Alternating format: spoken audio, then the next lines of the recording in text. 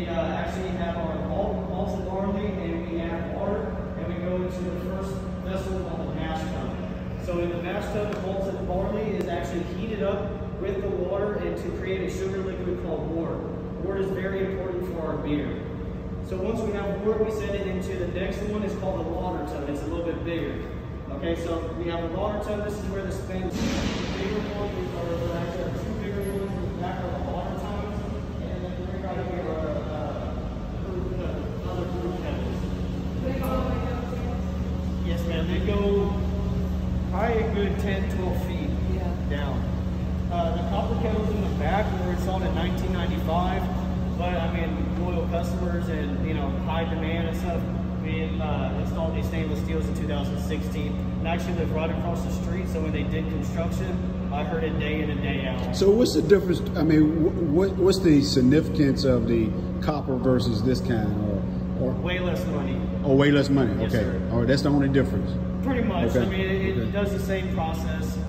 We're going to learn a little bit more about yeast. Okay. In the fermentation tank.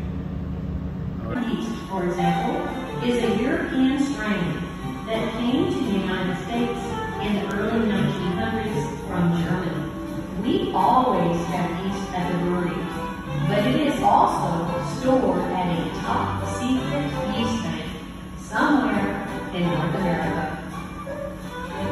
We regularly bring in new yeast from that bank, and we start the reproduction process from scratch to propagate fresh Shiner yeast.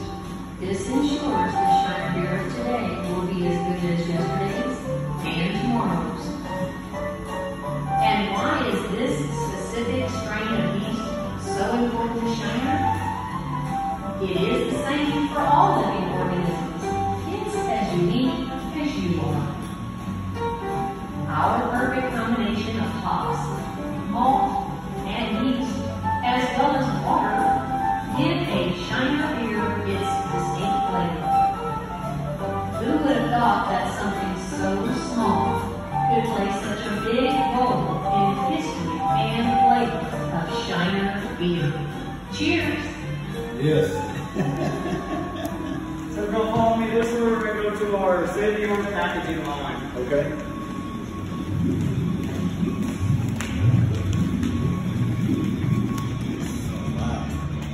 Man, that's nice. A little more. So Shiner Bock, little known fact about Shiner Bock is that Shiner Bock was not our traditional beer. It was actually a seasonal beer. Premium is our starter. Shiner Bock was seasonal, and then it got popular, so we made it pretty much our #1. And it's actually the 3rd largest craft beer in the United States. So that's pretty cool. That's good stuff. This is our Shiner Bock sculpture, and then our cannibal. This sculpture is made out of 2,640 bottles, and this cannibal is about 950, give or take. So there's some old pictures if you want to take pictures.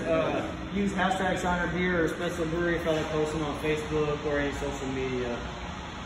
It is very cool. This is awesome right here, man. Wow, that is awesome.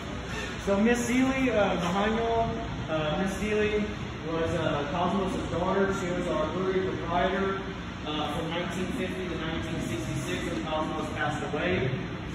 She was our only female brewery owner in the United States at that time. And there's a plaque on the right over there, and then a quote, no, you're fine. And then a quote on the wall that says, "We just want to be honest brewers, true to ourselves and the people who drank our beer." No, it's all right. Okay. This is Joe Green. He was our truck driver here. He has the longest employee. He worked here for 63 years. And then we have one that's, his name is Calvin Wallace, and he worked here for 53. I believe they were cousins.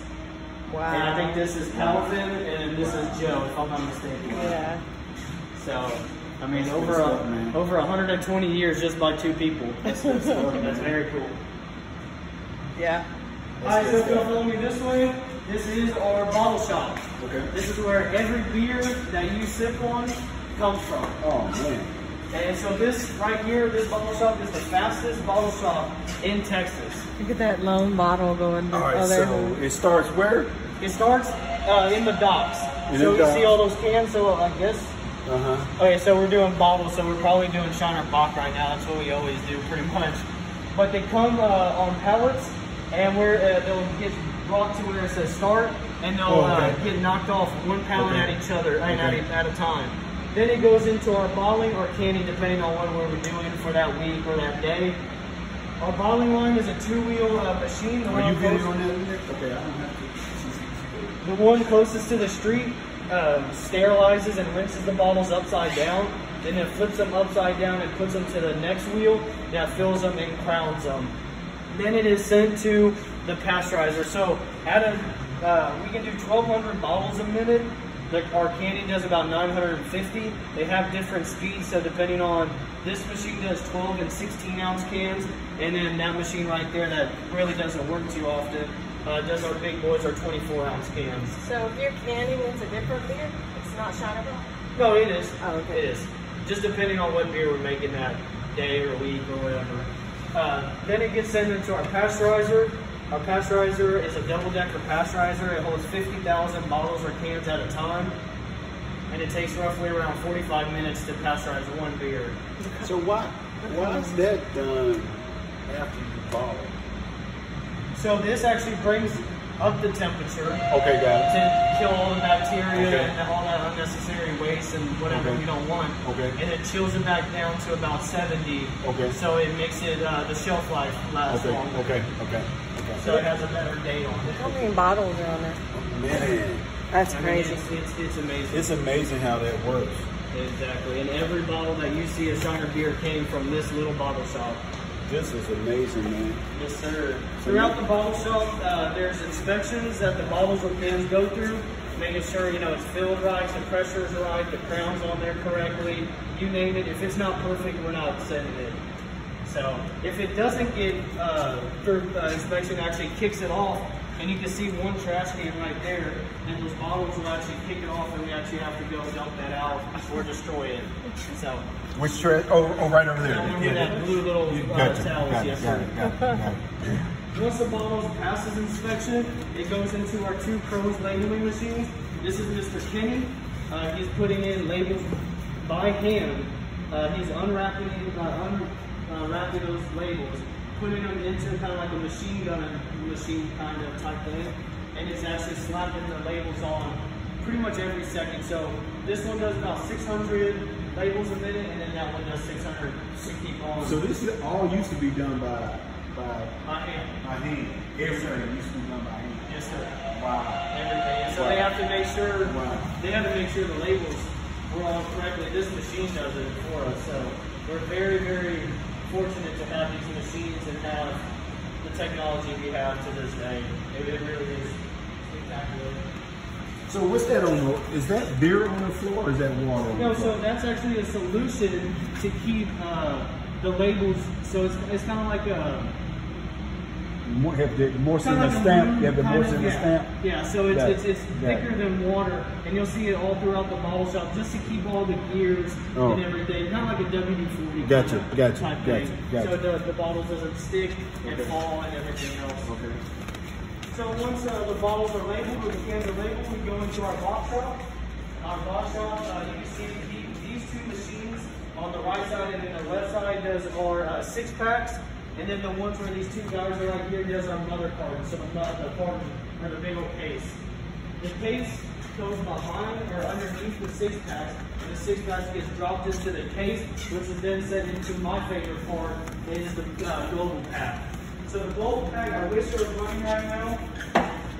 The global pack heats up with the beer and the case, and the beer actually drops down in the case perfectly, 24 beer bottles into the case.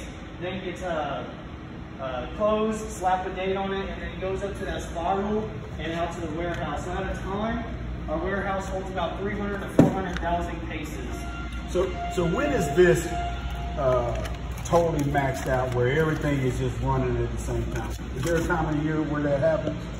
Almost every day. Oh yeah, almost every day. So we don't do bottles and cans at the same time. Okay, got it. But other than that, for the most part, if so the green light means go. Okay. The yellow light means that something's probably running out or running low, and then red is something that needs to be fixed. Okay. So right now you rarely see red except for the gold packs kind of red.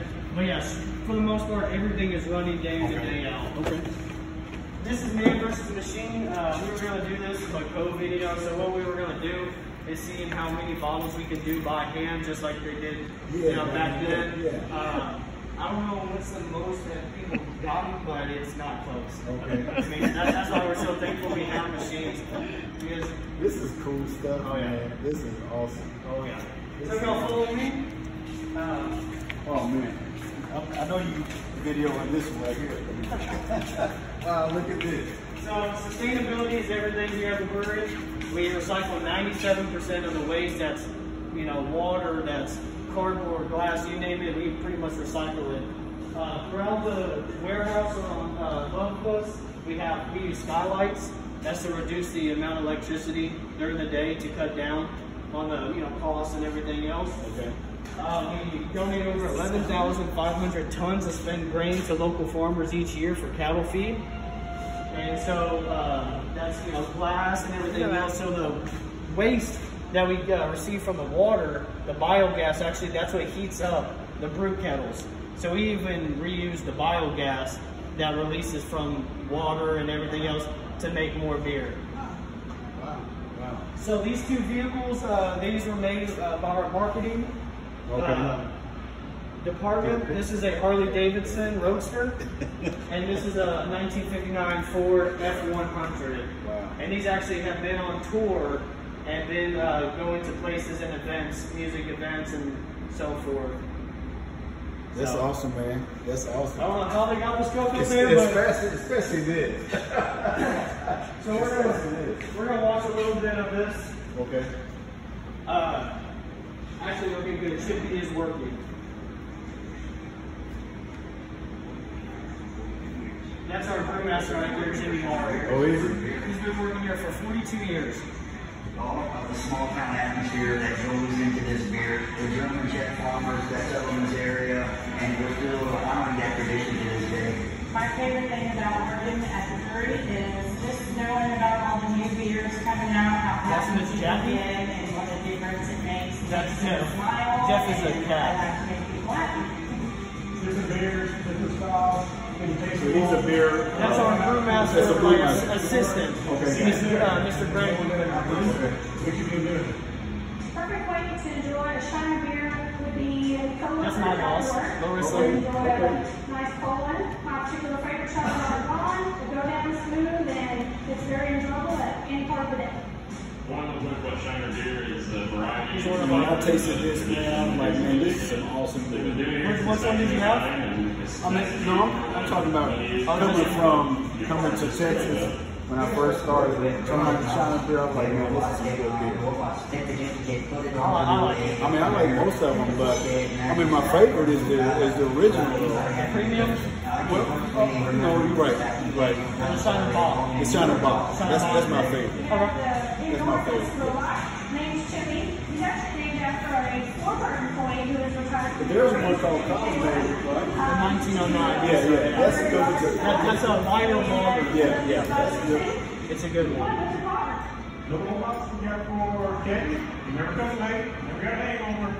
It's a pretty labor-intensive job picking up those full kegs. For people to do it, it's increasing. So that's amazing that all this used to be done by hand. Now, all the machinery that does this stuff. And you have to because to keep up with demand, right? I mean, Shiner Bock is so We huge. physically can't do it by hand anymore. It's too much.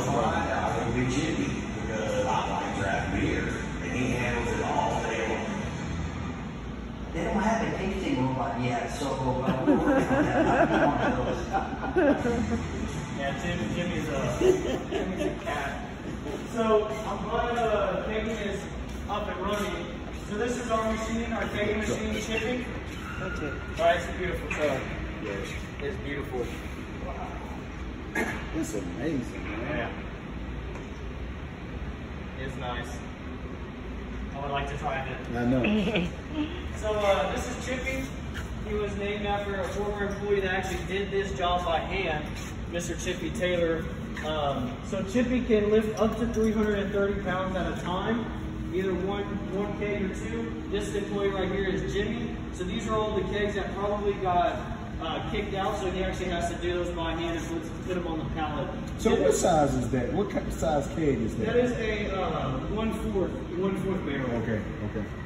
And so it's, I don't know exactly how many gallons, but it's a smaller barrel. Okay. Jimmy is a very, very nice guy, and he's a hard worker. Is he from this area? Yes, sir. Okay. Yes, sir. And you from this area? Yes, sir. I've been living in Shiner my whole life. Oh, man, that's cool, man. And I've never taken a tour, and now I'm giving people tours. That's cool stuff, man. That's cool stuff, man. So Chippy flips the kegs upside down and gets sent into the back conveyor belt. It's injected with CO2, sterilized, rinsed just like the bottles would. It's injected with CO2 from the bottom to the top. Hey, Jimmy. And they didn't have it last year. So this is my favorite part.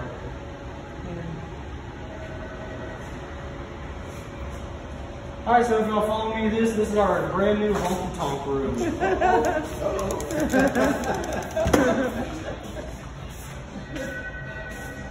So this is our honky tonk room.